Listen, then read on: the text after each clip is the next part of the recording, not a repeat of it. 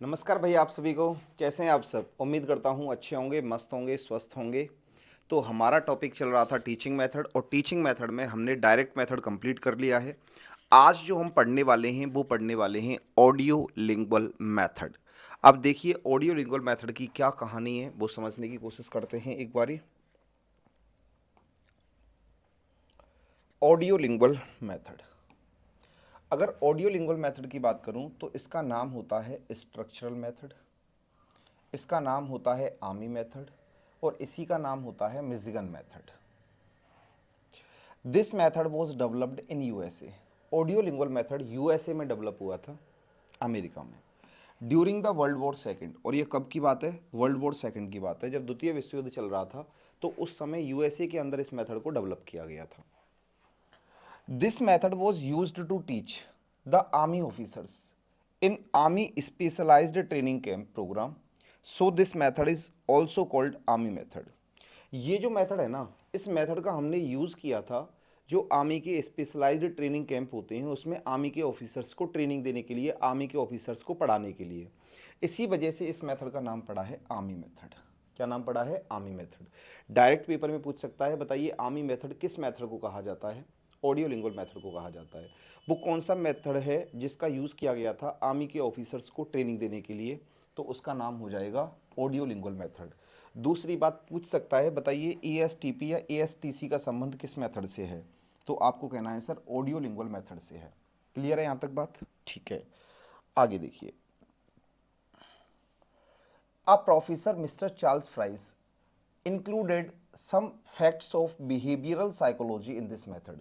एक प्रोफेसर थे जिनका नाम था चार्ल्स फ्राइज। उन्होंने क्या किया था? बिहेवियरल साइकोलॉजी, जिसे हम व्यावहारिक मनोविज्ञान कहते हैं, बिहेवियरल साइकोलॉजी के कुछ सिद्धांतों को, कुछ कॉन्सेप्ट्स को इस ऑडियो लिंगुअल मेथड में जोड़ा था। He taught in Michigan university, वो मिशिगन यूनिवर्सिटी में पढ़ाया करते थे। So this method came to be known as Michigan method, इसीलिए इस मेथड को मिशिगन मेथड के नाम से जाना जाने लगा। एक प्रोफेसर थे जिनका नाम था चार्ल्स फ्राइज। उन्होंने बिहेवियरल साइकोलॉजी के कुछ सिद्धांतों को ऑडियो लिंगुअल मेथड में जोड़ा। अब वो प्रोफेसर थे कहाँ पर? मिशिगन यूनिवर्सिटी में। तो उन्होंने अपनी यूनिवर्सिटी के नाम पे इस मेथड का नाम रख दिया Michigan method. This method also known as structural method. इस मेथड को स्ट्रक्चरल मेथड भी कहा जाता है, बिकॉज क्योंकि the unit of teaching in this method is structure. क्योंकि इस मेथड के अंदर जो यूनिट ऑफ टीचिंग होती है ना, वो स्ट्रक्चर होती है। जब इस मेथड में हम स्टूडेंट्स को पढ़ाते हैं तो स्ट्रक्चर की मदद से पढ़ाया जाता है। बस यही वजह है कि इस मेथड को स्ट्रक्चरल मेथड के नाम से जाना जाता है। ठीक है भाई, अगला point, some facts of behavioural psychology. अब ये कॉन्सेप्ट आ जाता है कि बताइए बिहेवियरल साइकोलॉजी, व्यावहारिक मनोविज्ञान के वो कौन कौन से सिद्धांत हैं जिनको ऑडियो लिंगुअल मेथड में जोड़ा गया। तो पहला सिद्धांत क्या है? Language learning is a matter of habit formation. अगर किसी भी लैंग्वेज को आप सीखना चाहते हो तो लैंग्वेज को सीखने का सबसे बेहतरीन तरीका है कि उस लैंग्वेज को अपनी आदत बना लो।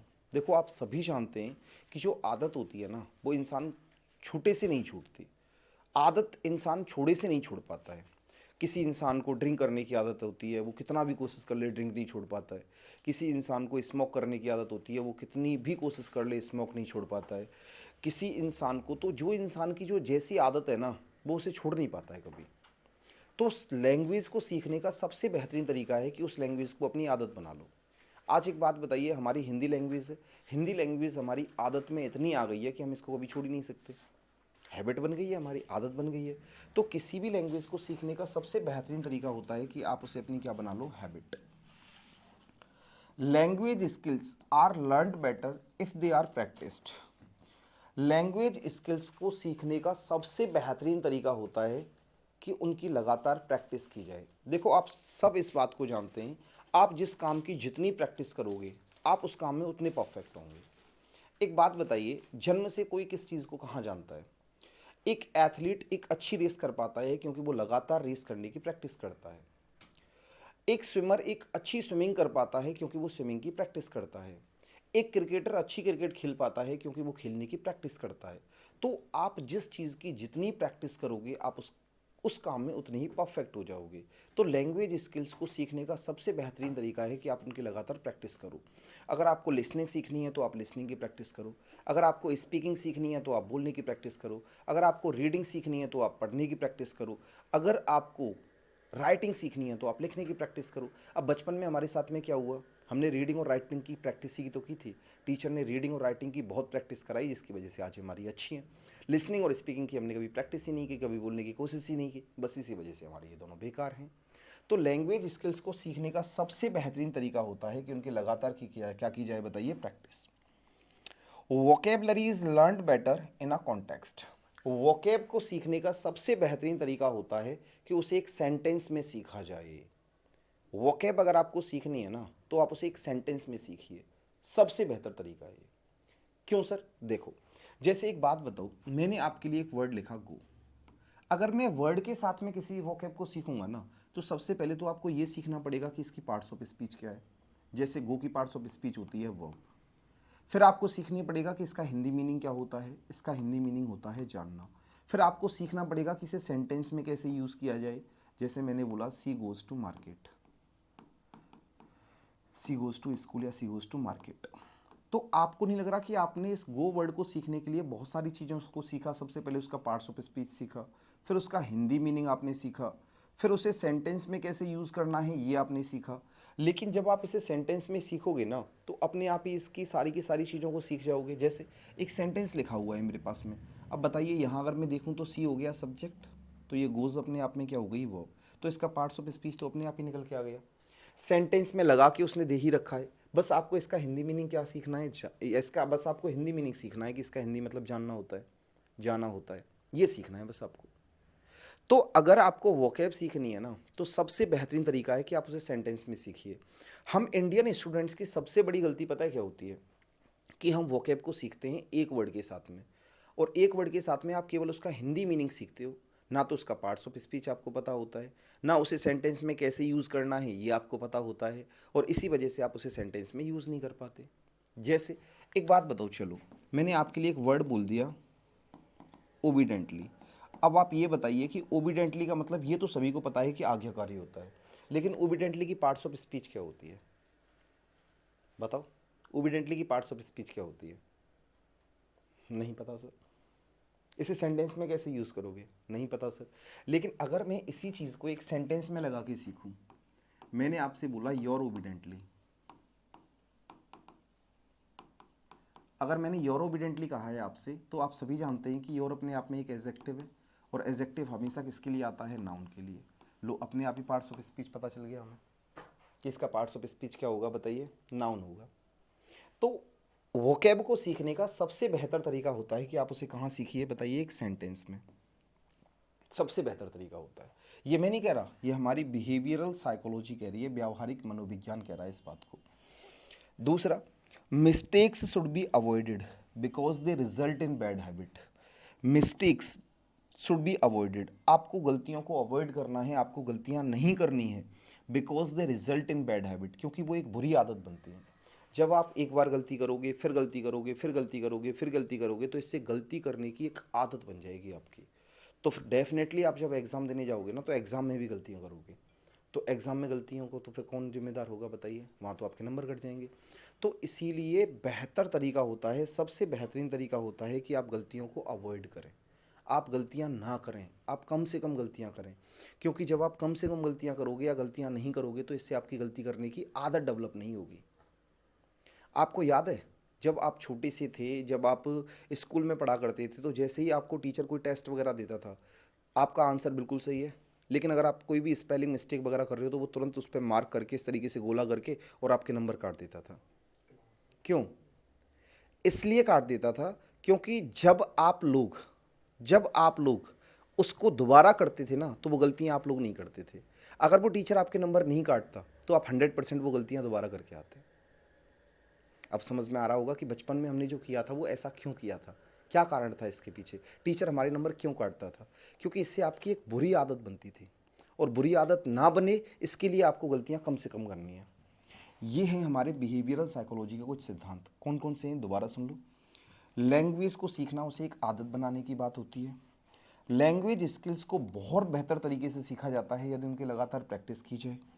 वोकैब को सीखने का सबसे बेहतर तरीका होता है कि आप उसे सेंटेंस में सीखिए, और गलतियां आपको कम से कम करनी है, क्योंकि ज़्यादा गलतियां करोगे तो एक बुरी आदत आपकी बन के निकलती है। ये हमारी बिहेवियरल साइकोलॉजी के कुछ सिद्धांत हैं। पेपर में डायरेक्ट क्वेश्चन आ जाता है, बताइए इनमें से कौन सा ऐसा बिहेवियरल साइकोलॉजी का सिद्धांत है जो ऑडियो लिंगुअल मेथड से संबंधित है, या इनमें से वो कौन सा सिद्धांत है जिसका संबंध ऑडियो लिंगुअल मेथड से नहीं है। ये क्वेश्चन सीधा बनता है। आगे चलते हैं। अगला आता है आपका characteristics of audio lingual method. Audio lingual method की विशेषताएं। ऑडियो लिंगुअल मेथड में क्या क्या होता है, कैसे कैसे होता है। Audio lingual method is totally based upon the concepts of behavioural psychology.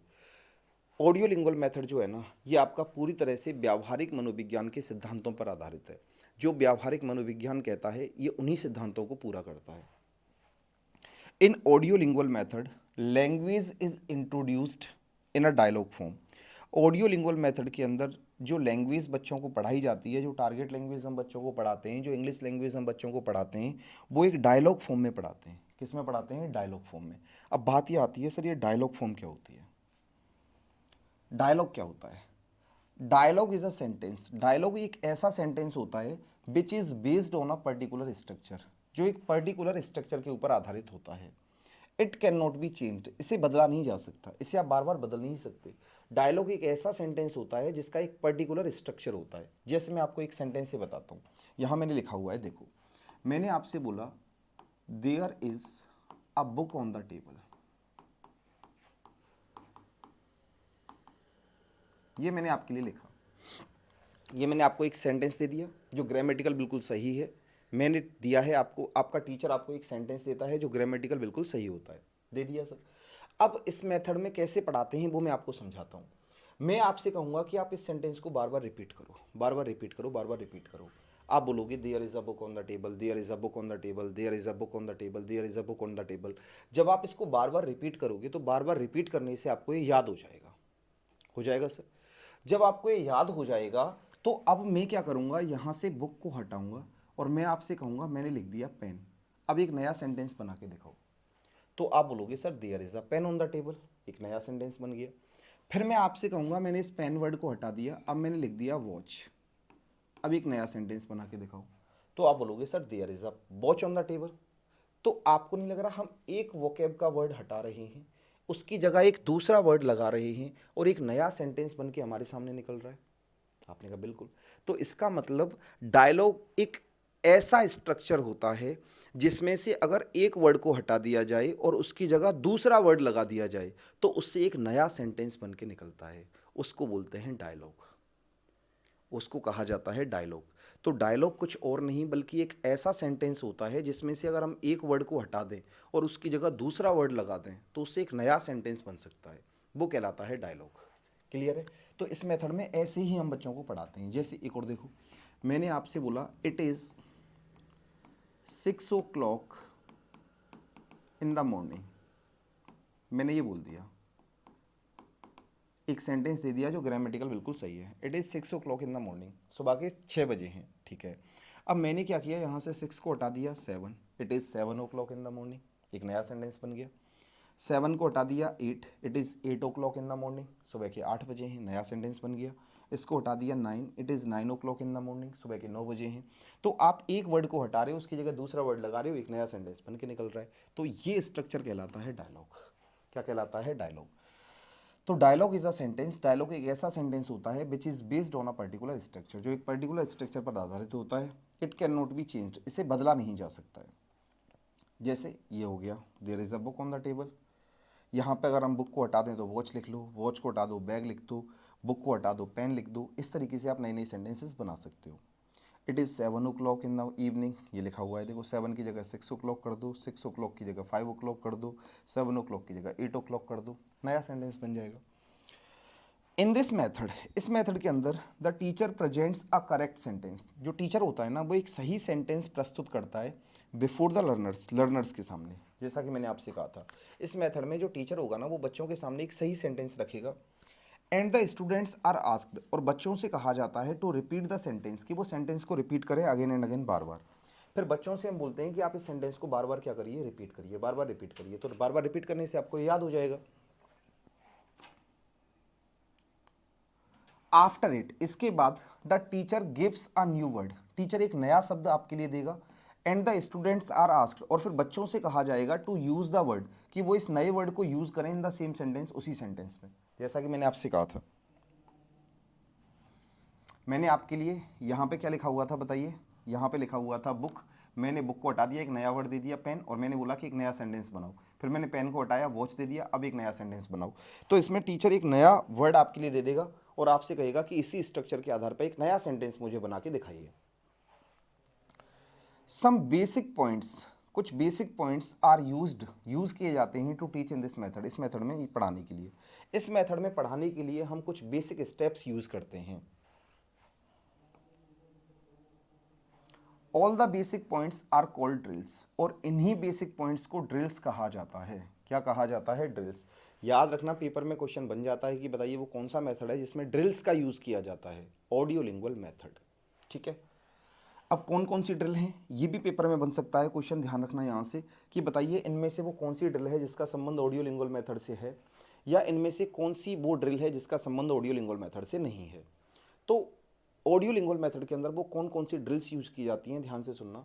सबसे पहली आती है रिपीटिशन ड्रिल, दूसरी आती है स्ट्रक्चर मेमोराइजेशन ड्रिल, तीसरी आती है स्लॉट सब्स्टिट्यूशन ड्रिल, फिर आती है transformation drill, question answer drill, और लास्ट आती है चेन ड्रिल। अब ये क्या होती हैं वो समझने की कोशिश करो।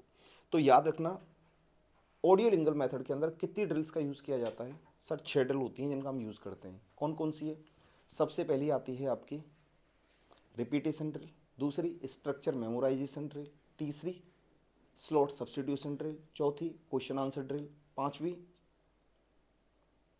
चौथी ट्रांसफॉर्मेशन ड्रिल, पांचवी क्वेश्चन आंसर ड्रिल, और छठवीं आती है चेन ड्रिल। ये आपकी 6 ड्रिल होती हैं जिनका यूज़ किया जाता है ऑडियो लिंगुअल मेथड के अंदर। अब ये क्या होती हैं वो सुनो। जैसे मैंने आपके सामने एक सेंटेंस रखा, ठीक है, अब सेंटेंस रख के मैंने आपसे बोला कि आप इसे बार बार रिपीट करो। तो जब आप इसे बार बार रिपीट करोगे, बार बार रिपीट करोगे, बार बार रिपीट करोगे, तो इसी को बोलते हैं रिपीटेशन ड्रिल। क्या बोलते हैं? Repetition drill. ठीक है, जब आप इसे बार बार रिपीट करोगे तो बार बार रिपीट करने से आपको ये याद हो जाएगी।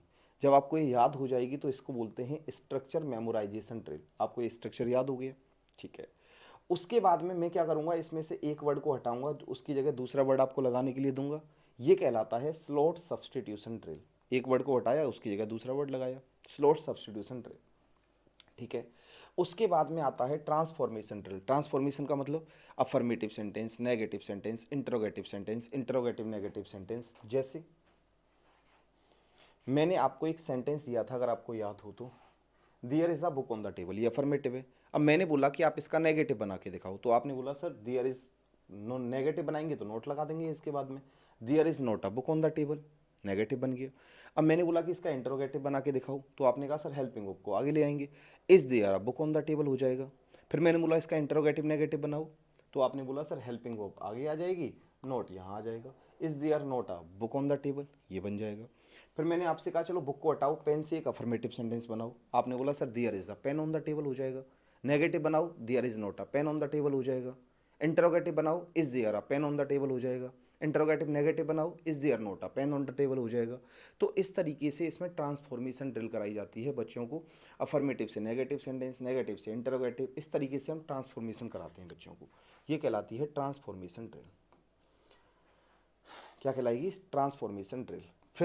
फिर मैं क्या करूँगा, आपसे क्वेश्चन पुटअप करूँगा। जैसे मैंने आपको एक सेंटेंस दिया, मैंने बोला there is a book on the table,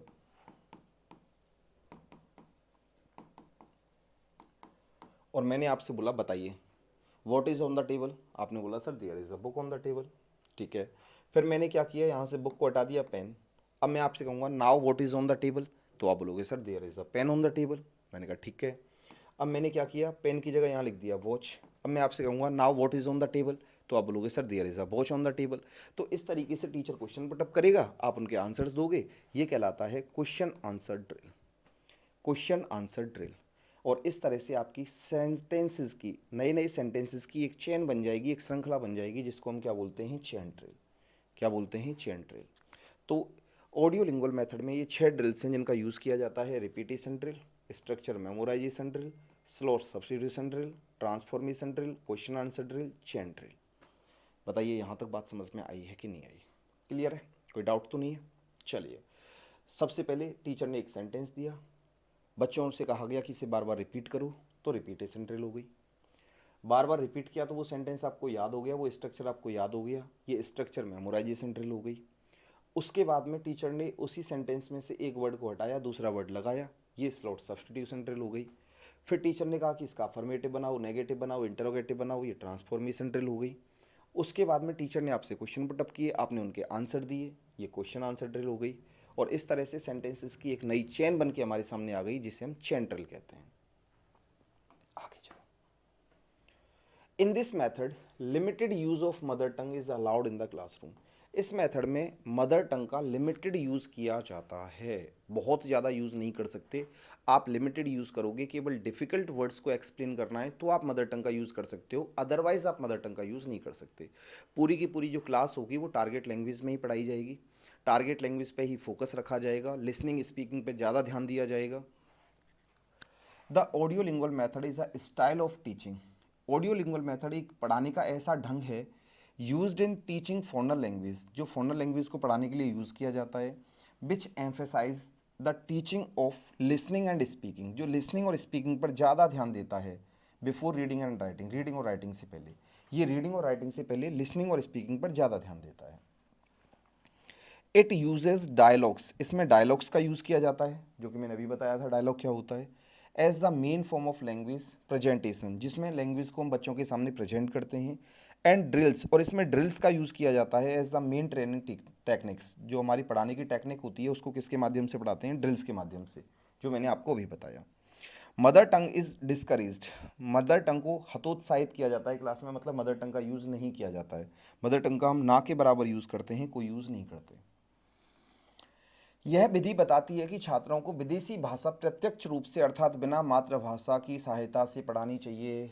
मतलब टारगेट लैंग्वेज पढ़ाने के लिए हमें मदर टंग का यूज़ नहीं करना चाहिए, ठीक है। लक्ष्य भाषा की शब्दावली और व्याकरण पढ़ाने में मातृभाषा का प्रयोग नहीं करना चाहिए। इस मेथड का लक्ष्य होता है कि भाषा की जब आप वोकैब पढ़ा रहे हो तो उसमें ना तो व्याकरण का यूज़ करोगे और ना ही आप मदर टंग का यूज़ करोगे। इस विधि में शब्दावली पढ़ाने पर जोर नहीं दिया जाता है, मतलब इस मेथड में बहुत ज़्यादा वोकैब के ऊपर भी प्रेशर नहीं किया जाता कि बहुत वोकैब सीखनी है, नहीं। ये मेथड कहता है कि आपको लिमिटेड वोकैब ही सीखनी है, और वो लिमिटेड वोकैब भी कौन सी होनी चाहिए? जो आप अपनी डे टू डे लाइफ में यूज़ करते हो। इस मेथड में सिर्फ वही वोकैब बच्चों को पढ़ाई जानी चाहिए जो हम अपनी डे टू डे लाइफ में यूज़ करते हैं, जो दैनिक दिनचर्या होती है हमारी, वही वोकैब हमें बच्चों को पढ़ानी चाहिए। This method does not emphasis on vocabulary, ठीक है। This method is based on memorisation and repetition. ये जो मेथड है ना, ये बहुत ज़्यादा तो मेमोराइजेशन, क्योंकि बार बार स्ट्रक्चर्स की मेमोराइजेशन हो रही है और सेंटेंसेस का बार बार क्या हो रहा है? Repetition. It can be rather boring, तो जिसकी वजह से स्टूडेंट्स थोड़ा सा बोरिंग फील कर सकते हैं। जब आप किसी चीज़, एक ही चीज़ को बार बार रिपीट कर रहे हो, बार बार लगातार उसी चीज़ को आप रिपीट करते जा रहे हो, बार बार किसी की चीज़ को आप याद करते जा रहे हो, तो स्टूडेंट थोड़ा सा बोरिंग फील कर सकता है क्लास के अंदर। अगला पॉइंट क्या है सर? अधिक महत्व डायलॉग्स को याद करने पर दिया जाता है, जैसा कि मैंने आपसे कहा था, स्ट्रक्चर्स को याद कराया जाता है। This approach to language was similar to another earlier learning method called the direct method. Like the direct method, the audiolingual method advised that students be taught a language directly. ये जो method है ना, ये बिल्कुल similar है, और किसके similar है? डायरेक्ट मेथड के सिमिलर है, बिल्कुल डायरेक्ट मेथड की तरह ही काम करता है।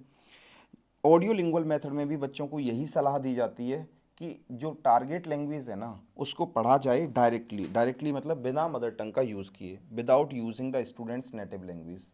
स्टूडेंट्स की नेटिव लैंग्वेज का यूज़ नहीं किया जाना चाहिए, मदर टंग का यूज़ नहीं किया जाना चाहिए। To explain new words of grammar of the target language, चाहे आप टारगेट लैंग्वेज की ग्रामर पढ़ा रहे हो, चाहे आप टारगेट लैंग्वेज के वर्ड्स पढ़ा रहे हो। मतलब इंग्लिश लैंग्वेज की ग्रामर पढ़ाते समय या इंग्लिश लैंग्वेज के वर्ड्स पढ़ाते समय आपको कभी मदर टंग का यूज़ नहीं करना चाहिए, बिल्कुल किसकी तरह? डायरेक्ट मेथड की तरह। ये मेथड भी यही मानता है।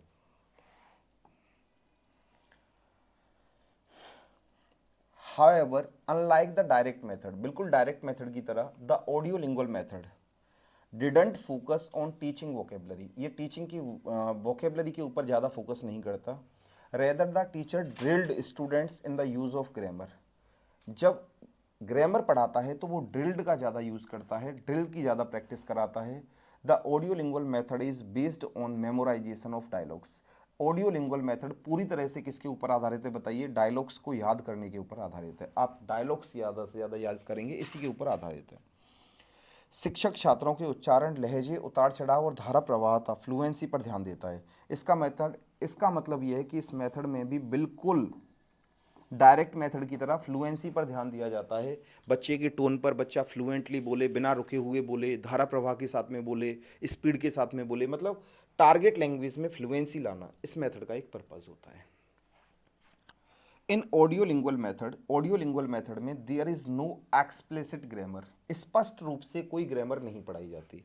ऑडियो लिंगुअल मेथड में स्पष्ट रूप से ग्रामर का कोई रोल नहीं होता, ग्रामर के रूल्स वगैरह नहीं पढ़ाए जाते, कुछ नहीं पढ़ाया जाता। इसमें स्ट्रक्चर्स के माध्यम से ही ग्रामर को समझाया जाता है और स्ट्रक्चर्स के माध्यम से ही वोकैब को पढ़ाया जाता है।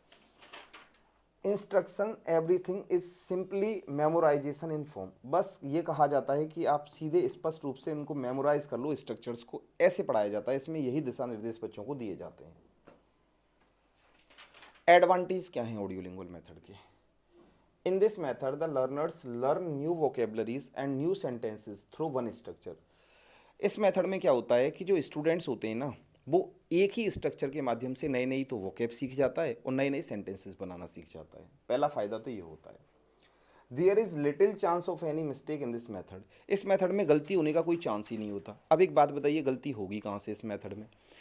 प्रेजेंट जो सेंटेंस किया है, सेंटेंस जो प्रेजेंट किया गया है वो किसके द्वारा किया गया है? टीचर के द्वारा। ठीक है सर, जब टीचर ने ही सेंटेंस को प्रेजेंट किया है, टीचर ही आपको नए वर्ड लगाने को दे रहा है, टीचर ही आपको वर्ड हटाने को कह रहा है, तो सारी की सारी कमांड किसके हाथ में? टीचर के हाथ में। तो बताइए गलती होगी कहाँ से?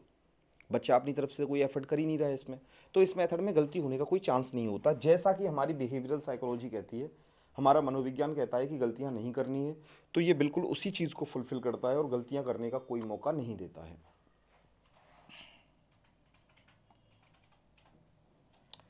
इस मेथड में स्टूडेंट से गलती होने का कोई चांस नहीं होता। This method focuses on the repetition of the structure, ये मेथड स्ट्रक्चर्स के रिपीटेशन पर ही ज़्यादा ध्यान देता है। In this method both the teacher and the learners are in active mode, इस मेथड में टीचर और लर्नर दोनों एक्टिव मोड में होते हैं, क्योंकि टीचर क्वेश्चन पुटअप करेगा, आप आंसर बताओगे, टीचर आपको ट्रांसफॉर्मेशन कराएगा, आपसे कहेगा अफर्मेटिव सेंटेंस बोलो, आप अफर्मेटिव बनाओगे, टीचर कहेगा नेगेटिव बनाओ, आप नोट लगा के दिखाओगे, टीचर बोलेगा इंटरोगेटिव बनाओ, आप हेल्पिंग वर्ब को आगे ले जाओगे। इसका मतलब इसमें दोनों ही पार्टिसिपेट करते हैं, टीचर भी और स्टूडेंट्स भी, दोनों ही एक्टिव मोड में होते हैं। This method is a teacher centred method, ये मेथड वैसे हालांकि देखा जाए तो एक टीचर सेंटर्ड मेथड है। टीचर सेंटर्ड मेथड इसलिए है क्योंकि इसमें सारी कमांड टीचर के हाथ में होती है।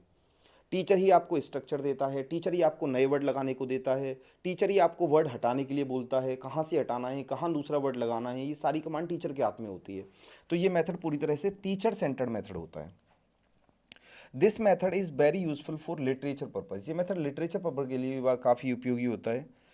Teacher uses many techniques for listening activities, जो टीचर है ना वो लिसनिंग एक्टिविटीज़ के लिए बहुत सारी टेक्निक्स को यूज़ करता है। It is based on many listening activities, ये बहुत सारी लिसनिंग एक्टिविटीज़ के ऊपर आधारित होता है।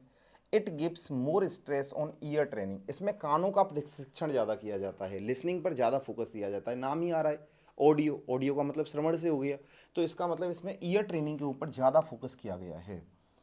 It is helpful in successful conversation, ये एक सफल कन्वर्सेशन में, सफल वार्तालाप में बहुत उपयोगी होता है। स्टूडेंट्स आर इनकरेज्ड, स्टूडेंट्स को इनकरेज किया जाता है टू यूज फॉरेनर लैंग्वेज, कि वो एक विदेशी भाषा का यूज़ करें एंड स्पीक, और विदेशी भाषा में ही बोलें। It popularised the use of visual aids, इसने विजुअल एड्स को पॉपुलराइज किया है। The audio lingual method is said to be the best approach for beginner level for foreigner classes, ये मेथड एक बहुत ही बेस्ट अप्रोच कही जा सकती है उन प्राथमिक स्टूडेंट्स के लिए जिन्होंने अभी अभी फॉरेनर लैंग्वेज को पढ़ना शुरू किया है, उनके लिए बहुत यूजफुल मेथड ये हो सकता है।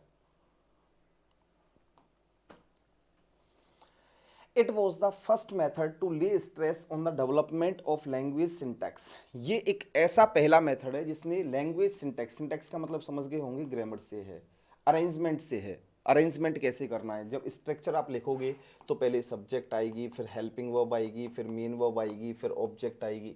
जब आप नेगेटिव बनाओगे तो सब्जेक्ट आएगा, फिर हेल्पिंग वर्ब आएगी, फिर नोट आएगा, फिर मेन वर्ब आएगी, फिर ऑब्जेक्ट आएगा। जब आप इंटरोगेटिव बनाओगे तो हेल्पिंग वर्ब बताइए कहाँ जाएगी, आगे हेल्पिंग वर्ब आ जाएगी, फिर सब्जेक्ट, फिर मेन वर्ब, फिर ऑब्जेक्ट, लास्ट में क्वेश्चन मार्क।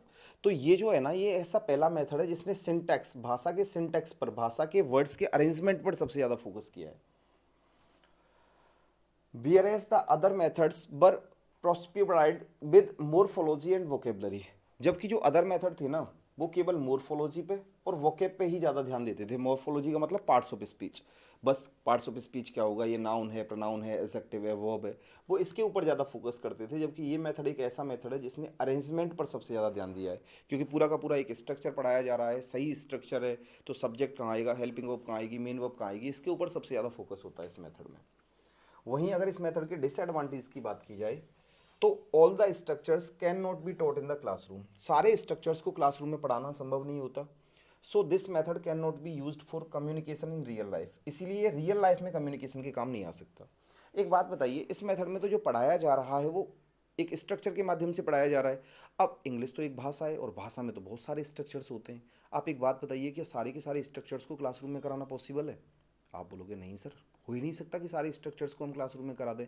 आपने बिल्कुल सही कहा, इसीलिए सारे स्ट्रक्चर्स को पढ़ाया नहीं जा सकता। तो इसमें एक लिमिटेड तरीके से तो सीखा जा सकता है, किसी पर्टिकुलर टारगेट को ध्यान में रखते हुए। जैसे ये जो एक्चुअल में मेथड है ना, ये काम करता है जो एक स्पेसिफिक क्षेत्र होता है, कोई स्पेसिफिक एरिया होता है। जैसे एयर होस्टेस की जॉब है, अब वहाँ पर कोई बहुत ज़्यादा डेली लाइफ की कन्वर्सेशन तो करनी नहीं है, कुछ पर्टिकुलर सेंटेंसेस होते हैं जो हर बार रिपीट होते हैं, तो उनके लिए बहुत अच्छा है। जैसे कमेंट्री होती है, वहाँ पर कोई डेली लाइफ की कन्वर्सेशन तो हो नहीं रही है, वहाँ पर वही जो आपकी स्टेडियम से रिलेटेड बैटिंग बॉलिंग उन्हीं से रिलेटेड बातें होती हैं, तो वहाँ पर लिमिटेड स्ट्रक्चर्स होते हैं और लिमिटेड वोकैब होती है, वहाँ के लिए बिल्कुल सही है। ये मेथड रियल लाइफ के लिए काम नहीं कर पाता। अगला point, this method does not ring the this method does not link the real life situation.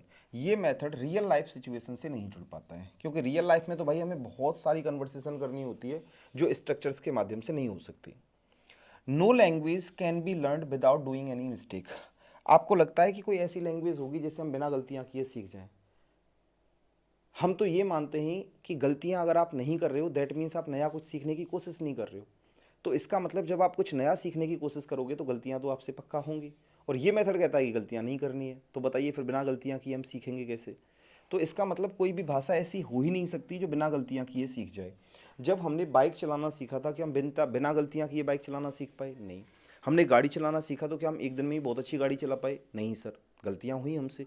तो जब आप कोई नया काम करते हो तो गलतियां तो होती हैं। अब ये मेथड कह रहा है कि गलतियां नहीं करनी है, ऐसा नहीं हो सकता कि बिना गलतियां किए हम कुछ कर पाएँ। This method does not follow the natural sequence. ये मेथड नेचुरल सीक्वेंस को फॉलो नहीं कर पाता है। Noam Chomsky pointed out that language is not a habit formation. अब एक नॉम चॉम्स्की हैं जिन्होंने ये कहा है कि लैंग्वेज कोई भाषा की आदत हो ही नहीं सकती। जो भाषा को सीखना है ना, उसे आदत बनाने की बात हो ही नहीं सकती। जबकि साइकोलॉजी कहती है कि भाषा को सीखना है तो उसे एक आदत डेवलप करो अपनी। Suitable teachers for this approach are not available. इस अप्रोच में पढ़ाने वाले टीचर्स की भी कमी है, सूटेबल टीचर हमारे पास में है नहीं। It requires plenty of exercise या प्लेंटी ऑफ प्रैक्टिस। इस अप्रोच के अंदर या इस मेथड के अंदर ना हमें बहुत सारी एक्सरसाइज करनी होती है, बहुत ज़्यादा प्रैक्टिस करनी होती है। एक स्ट्रक्चर लिखो, उसके नेगेटिव इंटरोगेटिव बनाओ, अफर्मेटिव बनाओ, उसके बाद में एक दूसरा वर्ड लगाओ, उसके अफर्मेटिव नेगेटिव बनाओ। तो मतलब इस मेथड के अंदर ना हमें बहुत ज़्यादा प्रैक्टिस की ज़रूरत पड़ती है। It is time consuming. अब जब लगातार बार बार आप किसी चीज़ का रिपीटेशन करोगे, बार बार किसी चीज़ को याद करोगे, तो उसमें टाइम भी खपत होगा, तो ये टाइम कंज्यूमिंग भी है। It suits lower classes. ये छोटी क्लासेस के लिए ठीक है, बड़ी क्लासेस के लिए उतना बेनिफिशियल नहीं है। In higher classes the students dislike repetition. बड़ी क्लासेस के जो बच्चे होते हैं ना, उनको रिपीटेशन ज़्यादा पसंद नहीं आता है, उनको रिपीटेशन ज़्यादा अच्छा नहीं लगता। अब छोटी क्लासेस में तो होता है, आपने देखा होगा, जैसे छोटी क्लासेस में हम जब छोटे छोटे थे ना, तो एक लड़के को खड़ा कर दिया जाता था उससे कहा जाता था टेबल बोल के दिखाओ, वो टेबल बोलता था, बाकी के बच्चे रिपीट करते थे। काउंटिंग बोल के दिखाओ, वो काउंटिंग बोलता था, बाकी के बच्चे रिपीट करते थे। संडे मंडे बोल के दिखाओ, वो संडे मंडे बोलता था, बाकी के बच्चे रिपीट करते थे। तो छोटी क्लासेस में रिपीटेशन ठीक है, लेकिन बड़ी क्लासेस में उतना रिपीटेशन अच्छा नहीं लगता। यहाँ सीखने की प्रोसेस होती है और सीखना रिपीटेशन से अलग होता है। Only language form is considered while meaning is neglected. Language की फॉर्म को केवल तभी कंसिडर किया जा सकता है जब मीनिंग को नेग्लेक्ट किया जाए। It does not pay sufficient attention to communicative competence. ये कम्युनिकेटिव कॉम्पिटेंस पर पूरा ध्यान नहीं देता। कम्युनिकेटिव कॉम्पिटेंस का मतलब होता है बोलने की, एक फ्लुएंट बोलने की और एक अप्रोप्रिएट बोलने की क्षमता विकसित करना बच्चे के अंदर। तो इस मेथड में वो चीज़ संभव नहीं है, क्योंकि इसमें कम्युनिकेटिव कॉम्पिटेंस हो ही नहीं सकता है। ये मेथड तो केवल रिपीटेशन पर ध्यान दे रहा है। केवल उन्हीं स्ट्रक्चर्स को पढ़ाया जा सकता है या उन्हीं स्ट्रक्चर्स को स्टूडेंट बोल सकता है जिसको टीचर ने पढ़ाया है। जबकि कम्युनिकेटिव कॉम्पिटेंस कहता है कि अपनी तरफ से एक एक्यूरेसी लेके आए स्टूडेंट, तब सीखे। तो ये चीज़ यहाँ पॉसिबल नहीं हो पाती है। तो ये मेथड बिल्कुल भी कम्युनिकेटिव कॉम्पिटेंस के लिए नहीं बना है। This approach ignores social rate of language. ये भाषा की जो सामाजिक रेट्स होती हैं, सामाजिक जो दर्जा होता है, सामाजिक जो वैल्यू होती हैं, उसको इग्नोर करता है ये मेथड। ठीक है भाई, तो ये था हमारा ऑडियो लिंगुअल मेथड। इसके बाद अगली कहानी हम करेंगे अगले मेथड में। तब तक आप बने रहिए, मस्त रहिए, खुश रहिए।